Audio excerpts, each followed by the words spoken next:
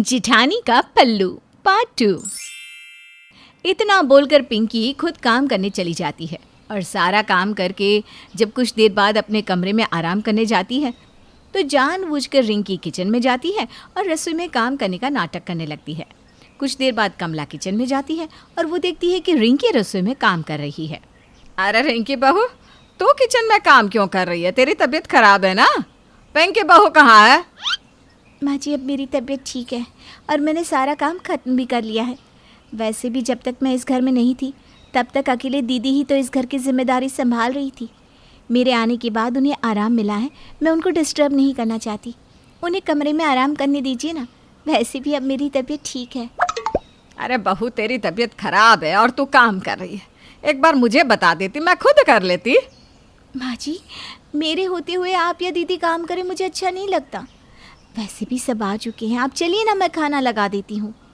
रिंकी अपनी सास को बेवकूफ़ बनाती है और अपनी जेठानी का सारा क्रेडिट अपने नाम कर लेती है। खाना खाने के बाद घर वाले रिंकी की खूब तारीफ करते हैं। ये देखकर पिंकी को बहुत गुस्सा आता है। वो कुछ बोल पाती उससे पहले ही एक बार फिर रिंकी का नाटक शुरू हो जाता है और वो चक्कर खाने का नाटक करके खुद कुर्सी पर सर पकड़कर बैठ जाती है। अरे रिंकी बहू, क्या हुआ? इस तरह सर पकड़कर कुर्सी पर क्यों बैठ गई? बहू, तेरी तबीयत तो ठीक है ना? मैं तुझे कब से कह रही हूँ कि तेरी तबीयत ठीक नहीं है, जाकर थोड़ा आराम कर ले। अरे यह सब कुछ पिंकी बहू देख लेगी, पर तू मेरी सुनती ही नहीं। सारा दिन बस घर के काम करने में लगी रहती है। क्या बीमार होने के बाद भी छोटी बहू अकेले सारा काम कर रही थी? बड़ी बहू, मुझे तुमसे यह उम्मीद ना थी। अरे पर मेरी गलती क्या है? आप सब मुझे इतना क्यों सुना रहे हो? मैंने रिंकी से कोई काम नहीं करवाया और वो तो पूरे दिन आराम ही कर रही थी। सारा काम तो... माँ जी, रहने दीजिए ना, क्यों बात को बढ़ा रही हैं? दीदी मुझे माफ़ कर दीजिए, मेरी वजह से घर वाले आपको डांट रहे हैं, पर मैं अब ठीक हूँ। मैं थोड़ी देर आराम कर लूँगी तो ठीक हो जाऊँगी। आप सब प्लीज़ खाना एंजॉय कीजिए। रिंकी बड़ी ही चालाकी से अपनी जेठानी की तारीफ़ें अपने नाम कर लेती है और अपनी जेठानी को भला बुरा सुनवा कर खुद कमरे में आराम करने के लिए चली जाती है। रिंकी की ये चालाकी देखकर पिंकी को बहुत बुरा लगता है और अब वो रिंकी की असलियत समझ जाती है कि रिंकी कितनी चालाक है। इतनी चालाक लड़की मैंने पहले कभी नहीं देखी। हमेशा मेरे ही पल्लू से बंद कर रहती थी और मेरे पीछे पीछे चलती थी, पर मैं ये नहीं जानती थी कि वो मुझसे इतनी आगे निकल जाएगी। पर इस लड़की ने गलत लड़की से पंगा लिया है, मेरा क्रेडिट खा गई। पर कोई बात नहीं, मैं इस बात का बदला अपनी प्यारी देवरानी से ज़रूर लूँगी। पिंकी अपनी देवरानी की सारी चालाकी समझ चुकी थी, इसलिए वो भी सतर्क हो जाती है और अब जब भी रिंकी कोई चालाकी करने की कोशिश करती उससे पहले ही पिंकी अपनी चाल चल देती। ऐसे ही एक दिन, दीदी आज ना सबका गट्टी की सब्जी खाने का मन है और आप तो जानती हैं कि अब तक मुझे पूरी तरह से खाना बनाना भी नहीं आया और गट्टी की सब्ज़ी तो मैंने एक ही बार बनाई थी। क्या आप गट्टी की सब्ज़ी बना दोगी? हाँ हाँ रिंकी, क्यों नहीं। घर का सारा काम तो मैं ही करती हूँ, फिर सब्जी बनाना मेरे लिए कौन सी बड़ी बात है। दीदी आप ऐसा क्यों बोल रही हैं? मैं भी तो आपकी मदद करवाती हूँ। दोनों देवरानी जेठानी के बीच में बात चल ही रही थी कि तभी पिंकी की नज़र अपनी सास पर पड़ती है। अपनी सास को आता देख पिंकी भोली बनने का नाटक करती है। क्या हुआ रिंकी, तुम इस तरह से क्यों बोल रही हो? क्या मैंने कुछ गलत कह दिया? अरे अब क्या हो गया तुम दोनों के बीच? माँ जी देखिए ना, पता नहीं कुछ दिनों से ये कैसा बर्ताव कर रही है। वो मुझसे घर के सारे काम करवाती है और तो और अकेले में मुझे सुनाती भी है, जबकि मैं इससे बड़ी हूँ। मैंने इसे घर के काम सिखाए और अब ये मुझे अरे अरे छोटी बहू, ये सब क्या है?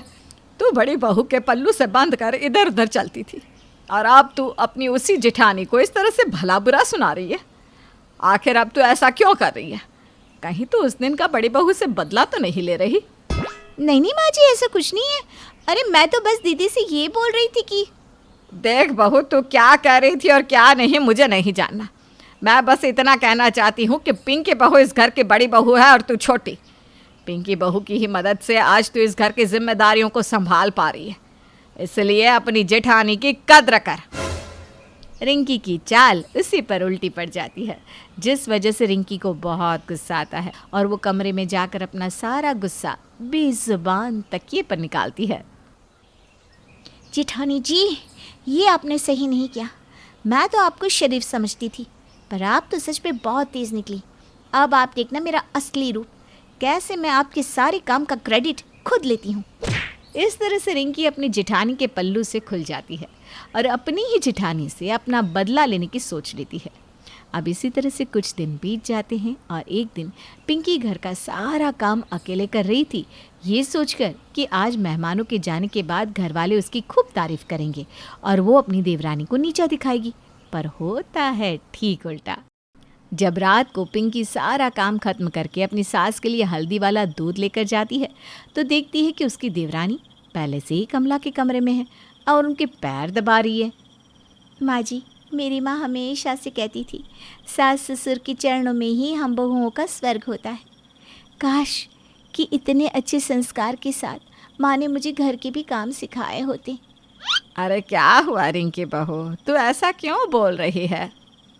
माँ जी, मुझे बोलना तो नहीं चाहिए, पर मैं मानती हूँ कि मुझे यहाँ आने के बाद जेठानी जी ने सारे काम सिखाए। पर जब से मैंने घर के काम सीखे हैं, मैं खुद ही पूरा घर संभाल रही हूँ और इतना सब कुछ करने के बाद भी इस घर में सिर्फ दीदी की ही चर्चा होती है। उस दिन भी आपने मेरी बात नहीं सुनी और मुझे ही भला बुरा सुना दिया। आज भी मैंने सारा काम किया। जब मेहमान आते हैं तो सारा काम मैं ही करती हूँ, पर क्रेडिट दीदी को मिलता है। रिंकी की ये बात सुनकर पिंकी को बहुत गुस्सा आता है और अब उससे रहा नहीं जाता और वो गुस्से में दिल मिलाती हुई सास के कमरे में जाती है। बस भी करो रिंकी, झूठ बोलने की एक हद होती है। तुमने तो वो सारी हद पार कर दी। सारा घर का काम नौकरों की तरह मैं करती हूँ और यहाँ माँ जी के सामने तुम अपने काम की गिनती करवा रही हो। अरे तुम करती ही क्या हो?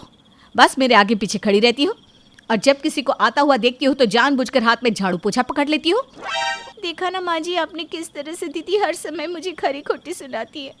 उस दिन भी दीदी मुझे सुना रही थी, पर अच्छी बात तो ये है कि आज आप सामने हैं, आपने खुद पूरी बात सुनी है।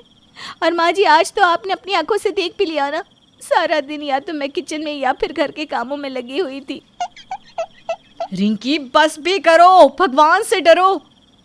अरे बस बहू, बस बहुत हुआ। तो इस घर की बड़ी बहू है, तूने घर की जिम्मेदारियों को बखूबी निभाया, इसलिए मैं हमेशा तुझे सर पर चढ़ा कर रखती हूँ। पर इसका मतलब यह नहीं कि इस घर में छोटी बहू की कोई इज्जत नहीं। मैं कोई छोटी बच्ची नहीं हूँ, मुझे सब दिखाई देता है और समझ में भी आता है।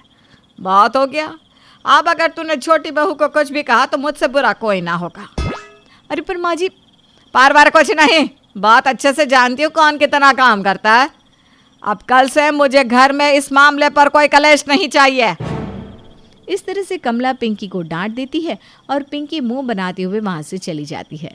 ये सब देखकर रिंकी को बहुत मज़ा आता है और वो मन ही मन खुद से कहती है, दीदी मुझसे कभी जीत नहीं सकती, क्योंकि मैं बचपन से ही लोगों की क्रेडिट खाती आ रही हूँ।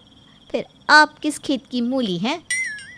एक बार फिर पिंकी मुंह की खाती है और रिंकी अपनी चाल में सफल हो जाती है।